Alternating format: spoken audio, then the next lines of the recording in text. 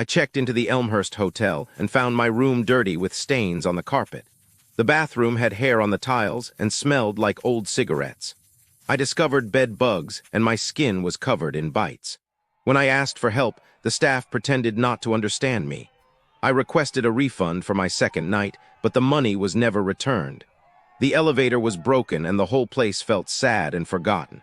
I left feeling robbed of a... Businesses near Elmhurst Hotel, they ache, truly. Queens Center feels forgotten. Hours are guesses, parking a trap, $5 for a minute. It's disheartening. Food courts disappoint, Chipotle empty, and a KIKO Milano employee escalated to threats over lipstick. Security ignores assaults, escalators remain broken. Spa Castle, a shadow of its former self. Cold tubs, questionable staff conduct, and a pervasive sense of loss. Little Chef, overpriced, inconsistent, sometimes harboring hair in soup.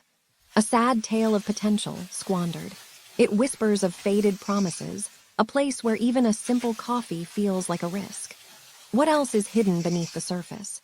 A sorrowful discovery.